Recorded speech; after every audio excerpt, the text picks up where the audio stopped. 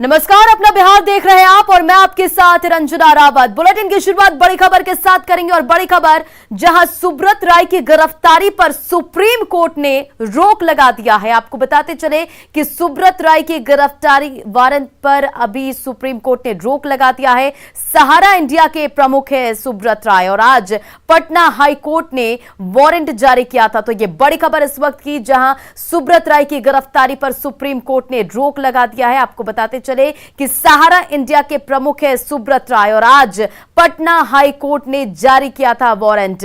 Court में पेश नहीं होने पर हाई कोर्ट ने नाराजगी जाहिर की थी और वारंट जारी किया था। सुप्रीम कोर्ट ने तत्काल अंतरिम रोक लगाई है। अधिक अपडेट के साथ हमारी संवाददाता ऋतु रोहिणी इस वक्त फोन लाइन पर जुड़ गई। ऋतु, क्या कुछ इस मामले पर अधिक जानकारी? इस वक्त की बड़ी खबर तो यही है कि फिलहाल सुप्रीम कोर्ट ने गिरफ्तारी वारंट जो आज सुबह में पटना हाई कोर्ट की तरफ से आदेश दिया गया था उस पर अंतरिम रोक लगा दी है। और सबसे जो इसमें बड़ी बात ये निकल करके आ रही है, क्योंकि जब पटना हाई कोर्ट में 11 तारीख को सुनवाई होनी थी उसके पहले ही सहारा प्रमुख सुब्रत राय सहारा जो है वो सुप्रीम कोर्ट मूव कर गए थे मंगलवार को और उन्होंने अपील दायर की थी और उसी पर सुनवाई आज हुई और सहारा प्रमुख की तरफ से कपिल सिब्बल जो है वो उनकी तरफ से दलीलें दे रहे थे और उस दौरान जो बातचीत हुई वो सबसे इंटरेस्टिंग बात रही, क्योंकि जब कपिल सिब्बल ने सुप्रीम कोर्ट को बताया कि सुब्रत राय सहारा मामले में उनको बेमतलब का घसीटा जा रहा है, तो जो सूत्र बताते हैं कि जस्टिस खानविलकर की पीठ ने तब उनसे जानना चाहा कि क्या सहारा की जो है वो अग्रिम जमानत के लिए उन्होंने इस मामले पर कोई प्रतिक्रिया दी है या नहीं दी है या अग्रिम जमानत उन्होंने फाइल किया है या नहीं, जिस पर कपिल सिब्बल ने उनको बताया कि नहीं, इस पर ऐसी कोई किसी प्रकार की चीजें नहीं की गई है सहारा श्री के तरफ से। उसके बाद ही इतना सुनते ही जस्टिस खानविलकर ने जो गिरफ्तारी वारंट आज पटना हाई कोर्ट ने आदेश दिया है उस पर रोक लगा दिया गया और इस मामले में अगली सुनवाई जो है वो 19 मई को होनी है। तो देखना होगा। चलिए तो इन तमाम मामलों पर आप नजर बनाए रखें, आपसे अपडेट फिर लेंगे। इन तमाम जानकारियों के लिए फिलहाल बहुत बहुत शुक्रिया।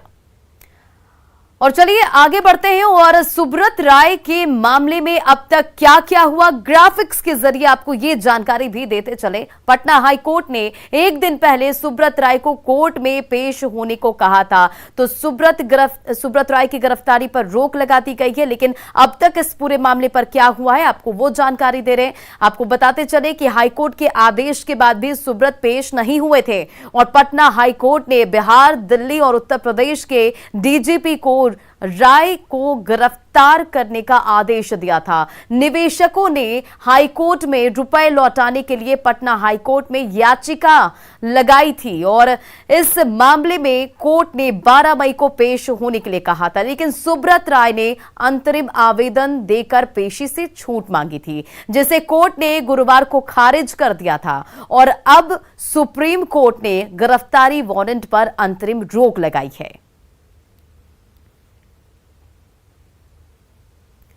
बुलेटिन में बढ़ते हैं आगे और बात मुजफ्फरपुर की। मुजफ्फरपुर में ट्रैफिक पुलिस वाले का एक पैसा वसूलते हुए वीडियो वायरल हो रहा है और वीडियो में दिख रहा है कि एक ट्रैफिक वाला गाड़ी वाले से पैसे मांग रहा है और ये वीडियो वायरल हो रहा है। आपको बताते चले कि गाड़ी वाला पुलिस वाले को 100 रुपए भी दे रहा है।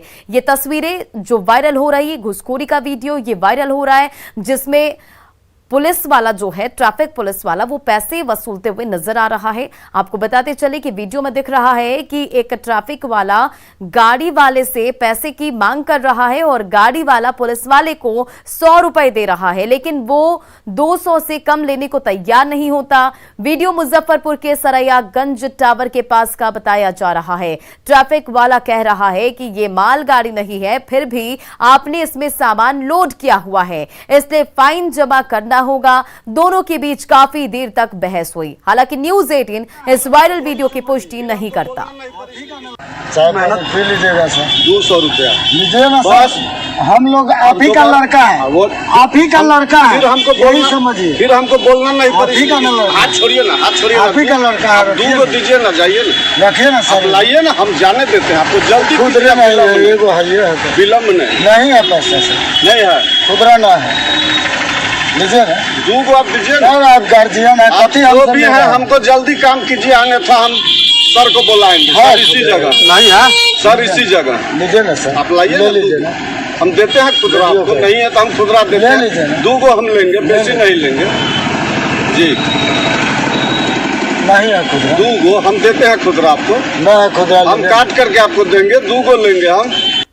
और बिहार कर्मचारी चयन आयोग के अधिकारियों और कर्मचारियों पर सरकार की तबादले की नीति लागू नहीं होती है, तभी तो वर्षों से एक ही जगह यानी कि आयोग में अधिकारी से लेकर कर्मचारी तक जमे हुए हैं। न्यूज 18 उन नामों का खुलासा कर रहा है जो 5 से लेकर 7 सालों से आयोग में जमे हुए हैं। न्यूज 18 के पास उन अधिकारियों के नाम हैं जो वर्षों से BSSC में जमे हुए हैं। एक्सक्लूसिव जानकारी दे रहे हैं संवाददाता रजनीश कुमार।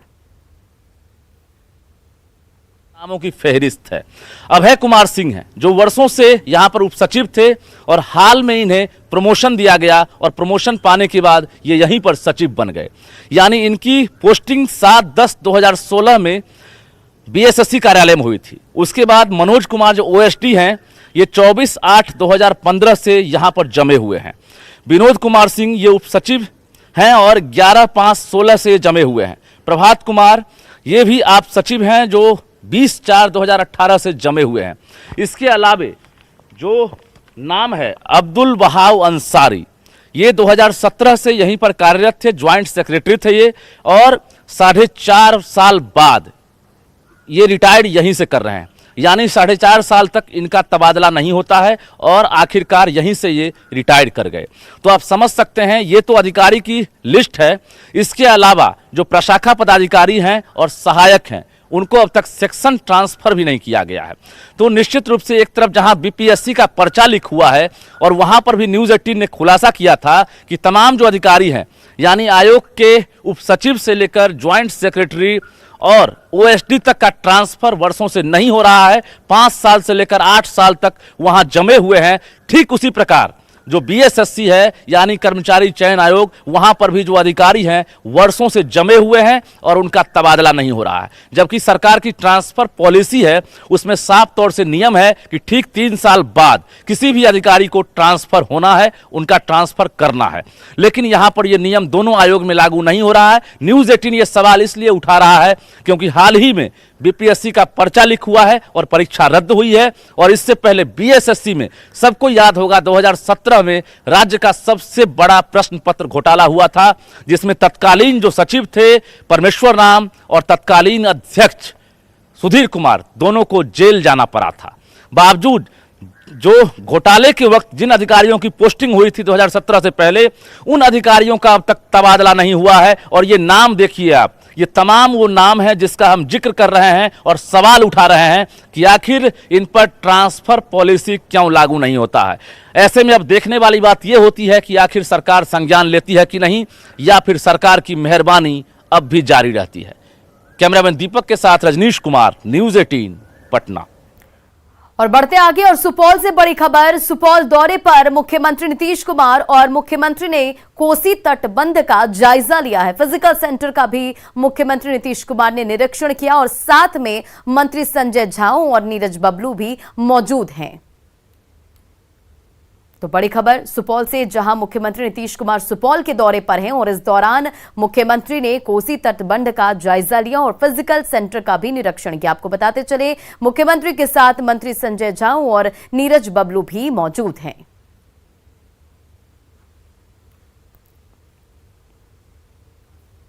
और अब बात सीएम की सुरक्षा की। पटना में सीएम नीतीश कुमार की सुरक्षा में एक बार फिर से चूक का मामला सामने आया है। मुख्यमंत्री जिले में बाढ़ से बचाव के लिए हो रहे कार्यों की समीक्षा के लिए सुपौल के दौरे पर जा रहे थे। जैसे ही उनका काफिला उनके सरकारी आवास से निकला, उनके काफिले के साथ दूसरी गाड़ी भी जाती हुई दिखाई दी, जिसको लेकर प्रशासन पर सवालिया निशान खड़ा हो रहा है।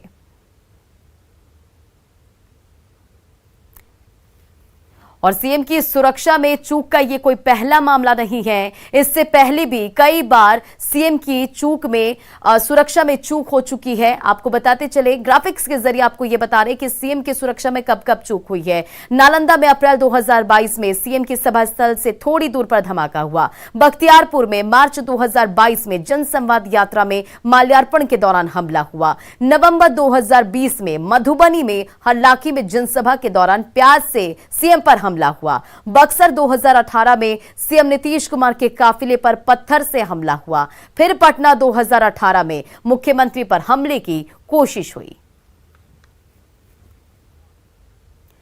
बिहार में इथेनॉल प्लांट लगाए जाने और उसके उत्पादन पर आरजेडी प्रदेश अध्यक्ष जगदानंद सिंह के बयान पर बीजेपी नेता और बिहार सरकार में मंत्री शाहनवाज हुसैन ने पलटवार किया है। उन्होंने कहा कि बिहार में उद्योग लग रहा है जिससे आरजेडी को परेशानी हो रही है। उन्होंने ये भी कहा कि आरजेडी बिहार में हो रहे विकास कार्यों से हताश है, जिसके कारण नकारात्मक बयान दे रहे हैं। अब इथेनॉल के बारे में भी कुछ लोग बयानबाजी करने लगे। ये जो मक्का हमारा बाहर चला जाता था उससे तेल निकलेगा, मतलब इथेनॉल, और उससे जो उसका सिट्ठी बच जाता है डीजल, वो कैटल फीड बनेगा कैटल के लिए। मुर्गी का दाना, मछली का दाना, कैटल के लिए दाना, और उसकी भी इंडस्ट्री लगेगी जो हम अभी तक आप लोग को नहीं बताए थे। तो किसानों को वाजिब दाम मिले, इस पे भी राजद को ऐतराज है। उधर पटना से भोजपुर को जोड़ने वाला सोन नदी पर बनी नई कोइलवर पुल के दूसरे लेन का डाउन स्ट्रीम का निर्माण कार्य पूरा हो चुका है। कल यानी कि 14 मई को शनिवार को इसका शुभारंभ केंद्रीय सड़क एवं परिवहन राजमार्ग मंत्री नितिन गडकरी वीडियो कॉन्फ्रेंसिंग के माध्यम से करने जा रहे हैं। और ये नया पुल 6 लेन का है। देखिए संवाददाता अमित कुमार की ये रिपोर्ट। बिहार वासियों का एक और सपना साकार होने जा रहा है। सोन नदी पर कोइलवर में बने नए पुल के दूसरे लेन का उद्घाटन केंद्रीय सड़क राजमार्ग मंत्री जो हैं नितिन गडकरी वो करने जा रहे हैं। और आप देख सकते हैं कि पुल का काम जो है वो पूरा हो चुका है। रंगरोगन का काम जो है वो युद्ध स्तर पे चल रहा है। कल जो है केंद्रीय सड़क एवं राजमार्ग मंत्री नितिन गडकरी जो है वो वीडियो कॉन्फ्रेंसिंग के माध्यम से इस पुल को बिहार वासियों को सुपुर्द करेंगे, सौंपेंगे। और यहाँ देखिए कार्यक्रम को लेकर के जो आयोजन होना है उसका भव्य तैयारी यहाँ पे किया जा रहा है। पोस्टर जो है वो तैयार कर लिए गए हैं, मंच जो है वो बन चुका है और कुर्सियाँ भी लग चुकी है। बात अगर हम करें सुरक्षा की, तो सुरक्षा के लिहाज से भी तमाम तरह की जो तैयारियाँ जो है वो यहाँ पे पूरी की जा रही है। बताते चले कि इस पुल का नींव जो है वो आज से लगभग 2 साल पहले 10 दिसंबर 2022 को जो है इस पुल का पहले लेन का उद्घाटन जो है वो किया गया था, मुख्यमंत्री नीतीश कुमार ने किया था। दूसरे लेन का उद्घाटन जो है वो कल शनिवार को केंद्रीय सड़क व परिवहन राजमार्ग मंत्री नितिन गडकरी, जैसा हमने बताया पहले कि उनके द्वारा वीडियो कॉन्फ्रेंसिंग के माध्यम से किया जाएगा। और बताते चले कि ये दोनों लेन के बनने से यातायात जो है सुगम होगा। पटना से अगर आरा की बात कर ले या यूपी जाने वाले जो लोग हैं उनके लिए काफ़ी ये सुविधा होगी इस नए पुल के चालू होने से। नए पुल का जो अगर हम बात करें लंबाई तकरीबन 1.528 किलोमीटर की है। 30 मीटर चौड़ा है ये पुल। 6 लेन का यह पुल बनाया गया है। और पुल की जो कुल अगर हम बात करें लागत की, तो 825 करोड़ रुपए की लागत इस पुल के निर्माण में और अप्रोच पथ के निर्माण में लगा है। 22 जुलाई 2017 को इस पुल का शिलान्यास आरा के जो सांसद हैं, केंद्रीय मंत्री भी हैं, आर.के. सिंह के द्वारा रखा गया था, शिलान्यास किया गया था। हालांकि बाद में वर्ष 2020 में कोरोना आ जाने के कारण निर्माण में कुछ विलम्ब हुई, देरी हुई और इस कारण से यह पुल जो है वो अब जाकर के दोनों लेन जो है वो बन करके तैयार हो चुका है। कैमरा पर्सन मनीष जुनेजा के साथ अमित कुमार, न्यूज़ 18 पटना। और बगहा से बड़ी खबर सामने आ रही है, जहां टाइगर रिजर्व में तेंदुआ की मौत हो गई है। भेड़ीहारी वन परिसर में शव मिला है। आपको बताते चले कि नदी के किनारे तेंदुआ का शव मिला है और तेंदुए के शरीर पर जख्म के निशान भी हैं। पोस्टमार्टम के बाद अंतिम संस्कार कर दिया गया और करीब 1 साल का तेंदुआ बताया जा रहा है। गाँव का जो रघुआ नाला का बगल में, रघुआ टोला के बगल में एक तेंदुआ का जो अभी हम लोग मौत का जो ये सूचना मिली, हम लोग को जो यहाँ पे वनकर्मी जाकर के उसको देखा गया कि उसमें किस कारण से हम लोग मौत हुई, जैसे उसमें कुछ प्राकृतिक रूप में लग रहा है, कुछ घायल भी है इसका। और खबर मुजफ्फरपुर से, जहां मरीज की मौत पर जमकर बवाल हुआ। निजी अस्पताल में परिजनों ने जमकर बवाल काटा। परिजनों ने अस्पताल पर कई गंभीर आरोप भी लगाए। ब्रह्मपुरा के जुरन छपरा का ये मामला बताया जा रहा है, जहां निजी अस्पताल में परिजनों ने जमकर हंगामा किया।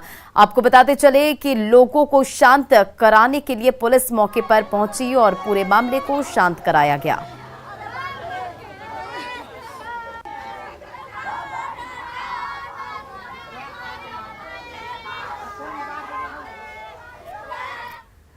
राजधानी पटना के रामकृष्ण नगर थाना इलाके में NH 30 पर तेज रफ्तार ट्रक ने स्कूटी सवार 3 लोगों को टक्कर मार दी और स्कूटी पर एक ही परिवार के 3 लोग सवार थे। जानकारी है कि अरविंद कुमार मिश्रा नाम के एक शख्स अपने बच्चे को स्कूल से घर लेकर जा रहे थे और तभी बेलगाम ट्रक ने टक्कर मार दी और इस हादसे में अरविंद कुमार की मौके पर ही मौत हो गई, जबकि पत्नी और बच्चा गंभीर रूप से घायल है। घटना के बाद स्थानीय लोगों ने ट्रक में तो तोड़फोड़ की और NH 30 को जाम भी कर दिया। पुलिस यातायात व्यवस्था को सुचारू करने की कोशिश कर रही है। बताते चले कि मृतक अरविंद कटिहार निवासी हैं, जो कि फिलहाल रामकृष्ण नगर थाना क्षेत्र के जगडिया मोहल्ले में रहते थे।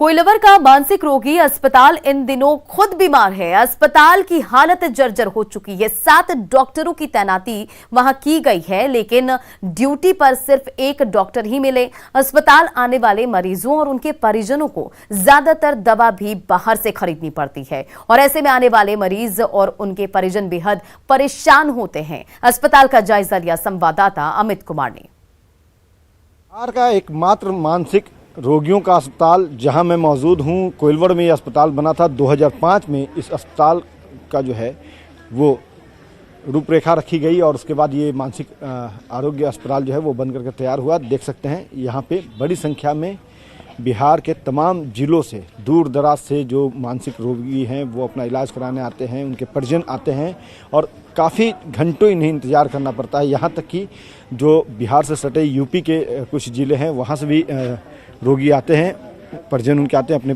परिजनों का इलाज कराने। लेकिन व्यवस्था की अगर हम बात करें तो आप समझ सकते हैं यहाँ पे लोगों का कहना है कि व्यवस्थित ये अस्पताल नहीं है, बदहाल अस्पताल हो चुका है, कोई देखने वाला नहीं।